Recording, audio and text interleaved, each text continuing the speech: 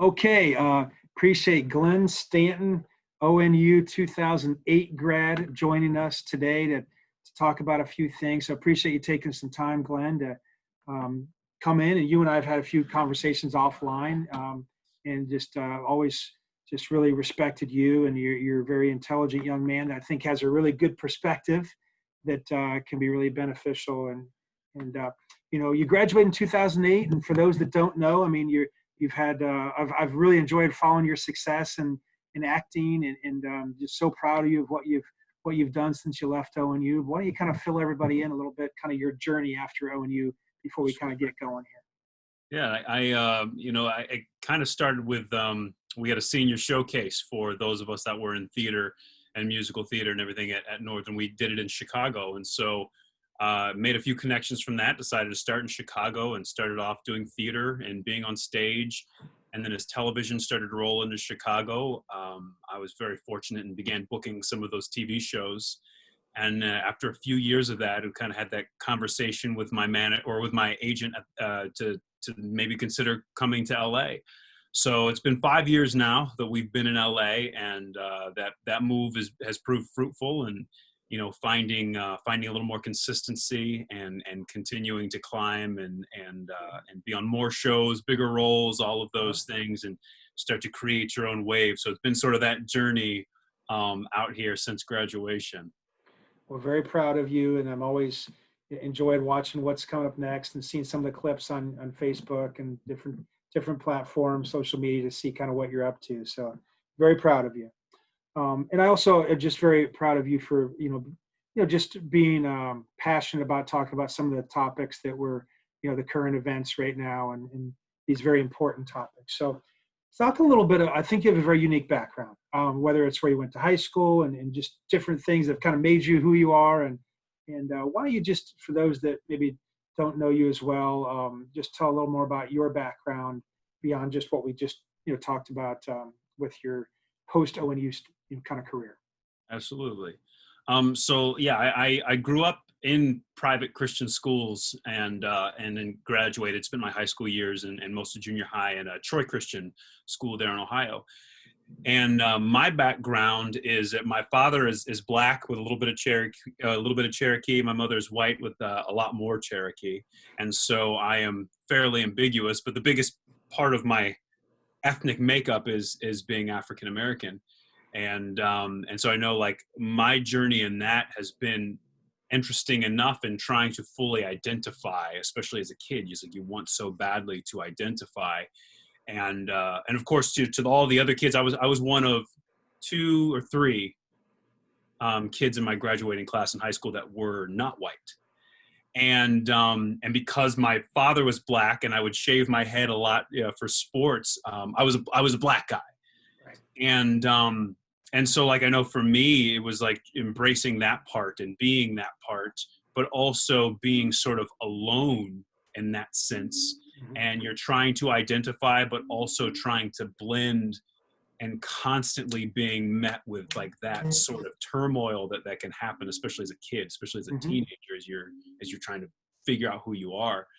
And then in my adult years, really a lot of it has been reconciling all parts of me and Sure. and getting reconnected with my Native American culture and getting involved in the community and in different nations and tribes. So it's been a very interesting journey in getting through that, and also just I know we had talked about this, but dealing with a lot of the microaggressions and the subtleties that exist inside of racism from Mm-hmm. well-intentioned people. Right. Because I think a lot of people don't realize that just the subtleties that exist just societally, like in what is considered normal in advertising, television, movies, all of that. And so I know growing up, vocabulary and vernaculars were always my strongest suit, and being able to learn words in context. Like I remember I was very proud because I was always trying to be as much of an intellectual as possible. Mm-hmm. And so I remember as a sophomore in high school, or no, as a freshman in high school, I tested at a sophomore collegiate level of like vocab. Mm-hmm. But when I would receive compliments from many white parents that really truly meant them as compliments. They would always say, "You're so well spoken for a young man of color or for a Black young man." And there is such a poison that exists. There's such a poison that exists in those kinds of words because it undercuts. As a kid, you can't fully accept a compliment, or as just as human, you can't fully accept that compliment because there is an asterisk by it. Mm-hmm. There's the four at the end of the compliment. There's a for fill in the blank. Right, and I remember as a kid thinking, not for anything. Like my vocabulary is better than your kids. Sure. Yeah. It's just for why isn't it just for a kid or for a young man? But there was always that extra bit that always kind of made it feel like it was a handicap that I was overcoming. Sure. And then that also made me have to deal with myself, and I don't think I really dealt with it until I was in college, late in college, that I started to deal with the fact that I realized that I thought that there was something wrong with the Black parts of me. Right. I thought that was something that was bad that I had to overcome because of those very subtle words that were spoken to me growing up. Yeah, those comments can be hard to just, kind of detach from. They're there, and it's hard. I really appreciate you sharing that, because that's when you hear that, you think, that's it's pretty obvious somebody shouldn't say something like that, but I can imagine there were many things on different levels. That one seems pretty obvious, you shouldn't say something like that. But I imagine there were many other things that were even, less obvious or even a little more subtle. And that's one of the things that we'd like to talk about, is kind of like, part of growth. There's no growth in the comfort zone, and there's no comfort in the growth zone. So part of this whole process is for many of us, like myself, to be uncomfortable, to grow, to listen to those kind of examples and say, wow, you can't believe that somebody would say that, but it has happened, and there's many other examples of things like that have happened. So I appreciate you sharing that. Absolutely. Yeah. Let's a couple of things that maybe you and I have talked about, I think, that are important maybe for others to benefit from your experiences. What anything else that you want to share that kind of comes to mind about just some of the different things we're going through now in this movement, and other things that you feel would be benefit for others to kind of see through your eyes? Mm-hmm. I think a lot of it, and I know we had talked about this before, when we talk about the word tolerance and how that can be a sticky word when we're talking about we should all have tolerance. We should, but tolerance often just is conjugated from tolerate, and tolerate is just putting up with something you just can't stand, in a sense. Yeah. And I think we do have to take it further and understand. We have to get past. No, the pun is just there, but we have to get past the black and the white of things to get to the nuances of things, which is where we talk about like the microaggressions or the subtleties and the trained things. And again, because it's not even bad people can still have a great deal of trained behavior that ties back to really heavy overt racism, because it takes generations to unlearn something that we've learned for so long. So when it comes to the topic of what we're dealing with now, it's not just because I know a lot of people want to bring up the statistics and bring up statistics anytime we talk about like the way that people that look like us are policed. And let me say, I am not anti-police. I just want to say, like, my brother-in-law is, I could not be happier to have a brother-in-law that I have, and he works for Columbus PD. And so I understand not all cops are bad. However, in that sense, obviously I am alive. I have not been killed by a cop. But it's not just police brutality in the force that is used, but also in the dehumanization that occurs many a times. And for me, growing up in private school, having high marks, being highly educated, being at Ohio Northern, all of these things. I remember when I was younger, I truly thought that I had maybe matriculated past the point of receiving those sorts of racist Sure. tendencies. Yep. Because I was so naive. Sure. But then I had several encounters where I was pulled over because the profile that I had did not match the car that I was driving. And one of those instances, actually one that happened in Ada, when I was still in college. I was pulled over.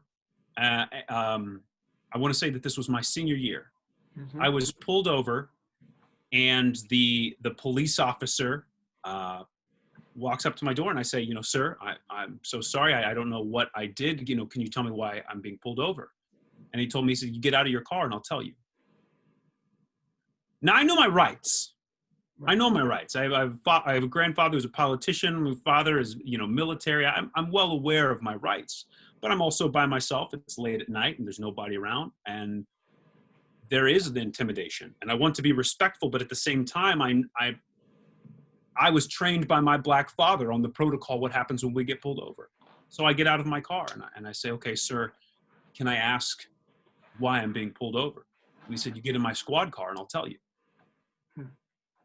And I was very nervous, but I was left with really not a lot of options. So I get into his car, and he proceeds to grill me for about 15 to 20 minutes, asking me questions, and I maintained, and I was like, just be respectful, just answer the questions. And I did, and I did, and I did. And I went through all of that, and he said, all right, you're good to go. And I said, okay, but why was I pulled over? And he points to the rear of my car and he says, you see your license plate light right there? I said, yeah. He said, it's getting dim. It's going to go out soon. You should get that replaced. Now, anybody that knows anything about light bulbs, that's not how they work. Right. They are working until they go out. Right. But that was one of 4 experiences that I had within a 2-year span of being pulled over. There were other times I had my car illegally searched, things like that. It's getting to the perception of things. It's not just, did I get beaten or not? There is just simply the violation of humanity, because then you feel less than. Then you're constantly questioning, well, what did I do? Did I do something? And you go back and you're counting and you're going back and you realize the only thing that is different is the color of your skin. Right. And then it aids into that thing of you thinking you have a handicap to overcome, when it's not at all what it is. So I know for me that was one of several different sort of teaching points. It really speaks to where we're at right now, that it's more than just the extremes. There is a dangerous thing that still exists between the two. These accusations and these profiling type of moments. So I appreciate you sharing that. I know it's I can only imagine it's not fun to kind of relive something like that. So, but it's important for so many of us to just hear that, understand that. And I think one of the big things we're trying to accomplish is people seeing things through other people's eyes that can really help us be educated and understand and have that empathy, which I think can be helpful for relationships and just for growth. So I appreciate that. Absolutely. I think I'll stop right there. That seems like